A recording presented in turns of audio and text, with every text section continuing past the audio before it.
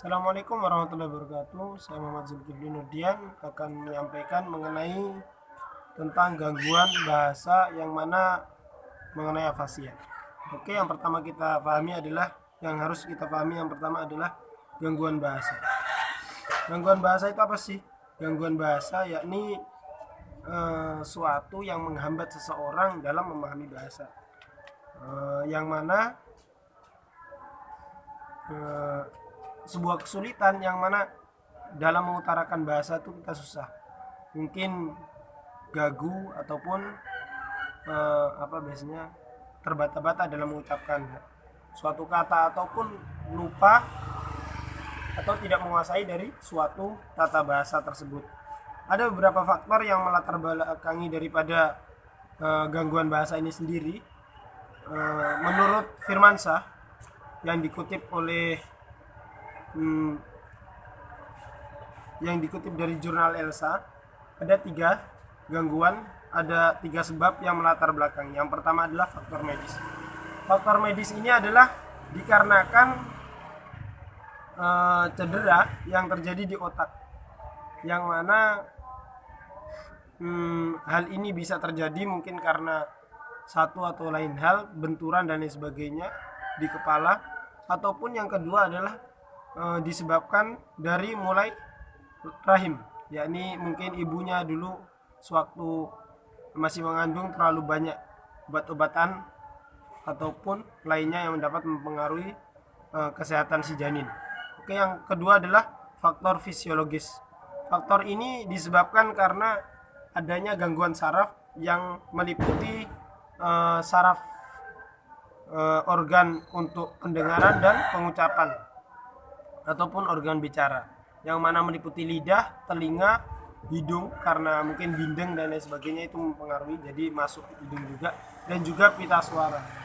Adapun yang ketiga adalah kondisi lingkungan. Kondisi lingkungan ini adalah bagaimana kita bergaul dengan masyarakat, dan juga ada dari keluarga, yang pasti keluarga ya. Jadi keluarga nanti bagaimana secara verbal memberikan stimulus kepada anak agar anak itu dapat istilahnya menguasai daripada bahasa itu sendiri. Misalkan anak keturunan Jawa, dia hidup di lingkungan misalkan di Sumatera, karena tidak diberikan stimulus bahasa Jawa oleh si bapak ataupun ibu ataupun lingkungannya, jadi dia tidak menguasai daripada bahasa Jawa itu sendiri.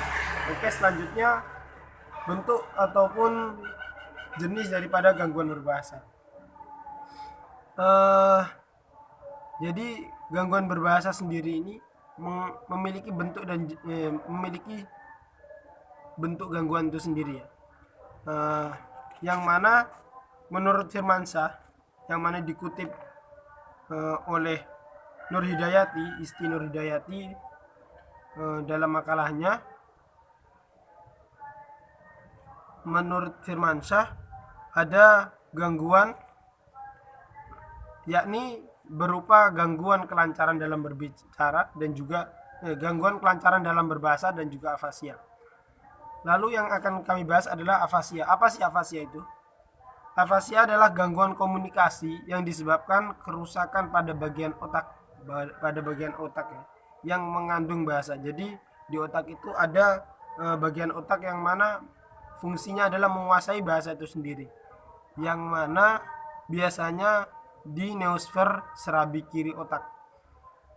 Mungkin nanti bisa cek ke teman-teman kedokteran ataupun langsung ke rumah sakit sendiri letaknya di mana gitu ya. Yang mana bagian ini berdampak pada kesulitan berbicara, mendengar, membaca dan menulis, tetapi tidak berpengaruh sedikit pun pada kecerdasan. Ini yang disebut dengan afasia. Jadi gangguan yang berada di bagian mana tadi, neosfer cerebri kiri, yang mana mempengaruhi pada kemampuan berbicara, mendengar, membaca dan juga menulis, tetapi tidak berpengaruh pada kemampuan kecerdasan seorang anak. Itu tadi. Adapun afasia sendiri terbagi menjadi dua, afasia motorik dan juga sensorik. Afasia motorik sendiri itu dibagi lagi menjadi 3. Yang pertama ada afasia Broca, yang mana ditemukan oleh penemunya. Afasia ini dinamakan Broca karena penemunya adalah Paul Broca,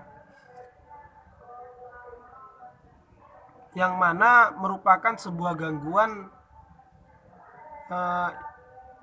si pengucap tidak terbata-bata dalam mengucapkan kata atau kesulitan dalam mengungkapkan apa yang dia rasakan, ataupun yang akan dia ungkapkan. Contohnya, saya ingin mengungkapkan saya pergi ke rumah paman, saya mau kemana ya, dia agak memikirkan terus, kadang mengucapkan seperti itu, dan lain sebagainya, karena tidak terbayangkan kosakata ataupun kesulitan dalam membayangkan kosakata yang akan dia ucapkan selanjutnya.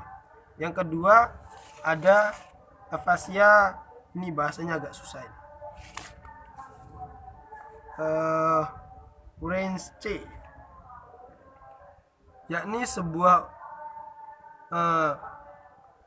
istilahnya ini ujaran mereka itu tuh kalimatnya itu tidak tersusun secara rapi, bisa dibilang seperti itu, sehingga mereka sendiri, sehingga orang lain, si pendengar maupun mereka sendiri itu tidak dapat memahami daripada apa yang mereka tuturkan. Adapun gejalanya, nanti dia merasa bahwasanya apa yang dia tuturkan itu benar. Dia merasa orang lain memahami perkataan dia, tetapi akan dengan berjalannya waktu dia nanti paham juga bahwasanya orang lain ini toh nggak paham juga apa yang saya katakan. Akhirnya mereka emosi dan juga bisa menyebabkan mereka depresi begitu. Selanjutnya yang ketiga, atau yang ketiga daripada afasia motorik ini adalah transkortikal.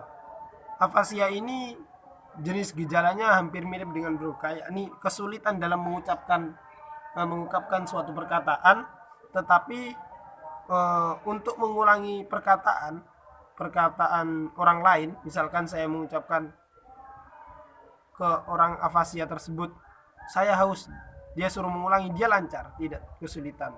Saya mau makan nasi dan sebagainya, dia sebutkan dengan mudah seperti itu. Tetapi kalau disuruh mengungkapkan, dia susah. Bahkan untuk gerak-gerik mengutarakan maksudnya itu susah. Misalkan saya haus, dia harus berpikir bagaimana cara mengungkapkannya, itu dia agak susah. Tetapi kalau Broca tadi, dia mampu mengutarakan meskipun tidak bisa diucapkan, tetapi dia bisa mengutarakan saya haus misalkan. Ada gerak tubuh yang mengungkapkan bahwasanya saya haus. Oke, mungkin cukup sekian dari saya. Selanjutnya akan disampaikan oleh saudara Miftahul Hasanah. Kepadanya disilakan.